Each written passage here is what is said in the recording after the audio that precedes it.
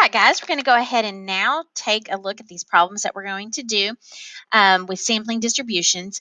You can do these at home, even if you do not have a calculator that has the norm CDF feature or the inverse norm or whatever it is that we need for that. Because what we want you to do with this is you should do all the math except for that just one little last part. That would be the norm CDF part. And then you can just write on the paper what you would be putting into the calculator if you had that available to you. Okay? So here we go. So we have individual students' scores on the ACT. And it's the composite college entrance exam. And they are normally distributed. That's what college entrance exams do. They're standardized. They're going to be normally distributed with a mean of 18.6 and a standard deviation of 6.0. Now, so that's the population. That's what all of the individual scores average out to be and the standard deviation of them. So at Northside High, so this is a subgroup, 36 seniors take the test. What is the probability? So what is the probability? So that's going to be me needing to norm CDF that a randomly selected sample of 36 seniors from Northside High would result in a sample with a mean. That's an X bar. That is 19.2 or higher. Okay. So here is what is happening. We then have the distribution of all the individual scores. Here's all students that take the ACT, and they're going to be centered, all students, every student that takes the ACT. And of course, we know they're centered at 18.6, okay? But they're going to take samples of size 36. So they're going to go randomly select 36 students' names from this population, and they happened to pick 36 students from Northside High. And so then we end up with a sampling distribution, the one that is made out of samples of sample means. So they took 36 students and they made a sample mean. Take another 36 students and make a sample mean. Take another 36 students and make a sample mean, and so on and so forth. Okay.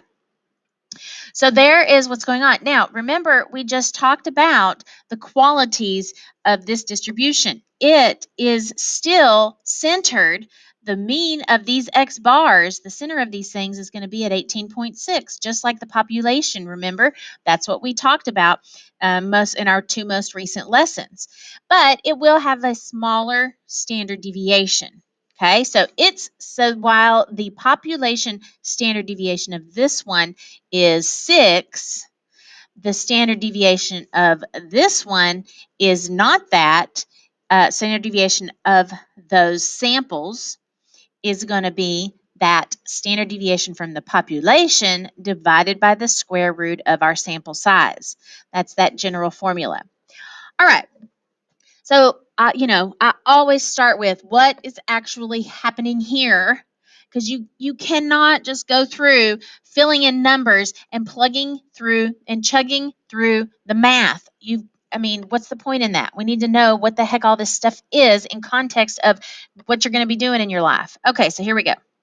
So we know that, so we've got this situation. So we were told these things, remember, and I just kind of talked to you about this.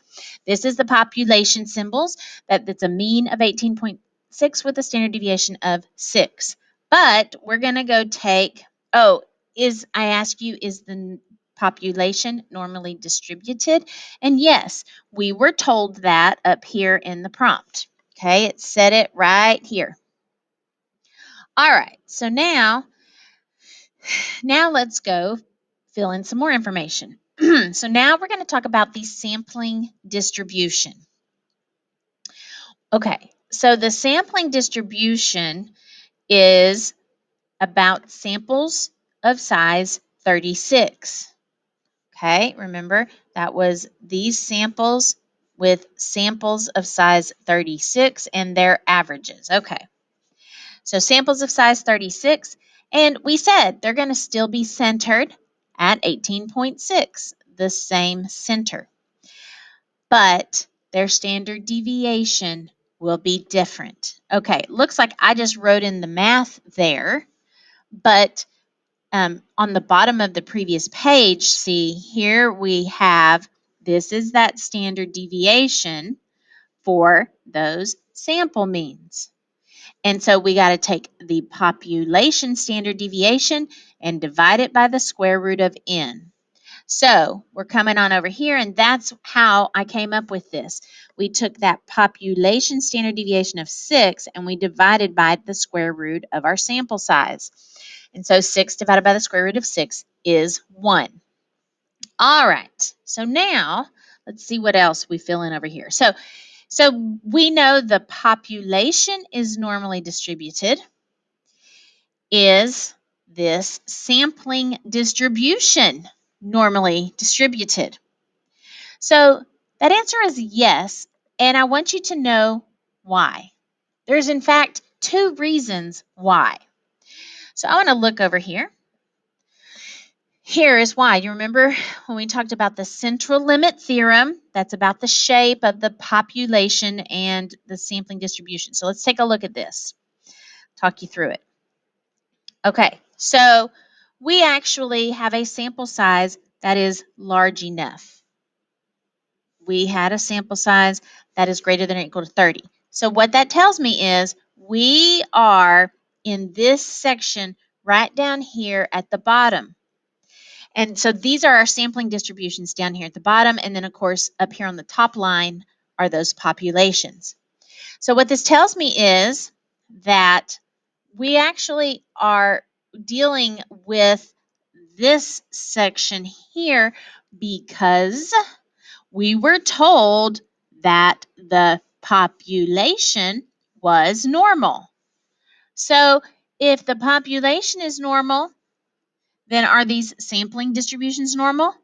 Yes. Well, for one, it's going to be large enough because it's a large sample. I mean, it's going to be approximately normal because it's a large sample. But you know what? Even if it wasn't a large sample, it would still be good to go because if you know the population's normal, then every single thing underneath it is good to go. Okay? All right, so that's 2 reasons why we know that that sampling distribution is normally distributed. And so then I write that here, and you don't have to, but because n is greater than that and because the population is approximately normal. Now, it says then, circle the information for the type of distribution this question is about. So is this question wanting me to use this population information? Or is this question wanting me to use this sampling distribution information? Okay, this information here. Well, there's a way to know which one. It doesn't come right out and tell you, but in a sense it does in the question. So let's look at the question. Here we go. The question says, what is the probability that a randomly selected sample of 36 seniors would result in a sample with a mean? Sample with a mean. That is an X bar needing to be 19.2 or higher. That's how you know we are not talking about individual pieces of data in the population. We are talking about these sampling distributions. And you know what? I did bad on writing up these assignments. I did not put what X bar equals. So write yourself the variable X bar because we got to write that in. So in fact, it said a sample mean of 19.2 or higher. So then that's why we're going to put that in here of 19.2. X bar equals that 19.2.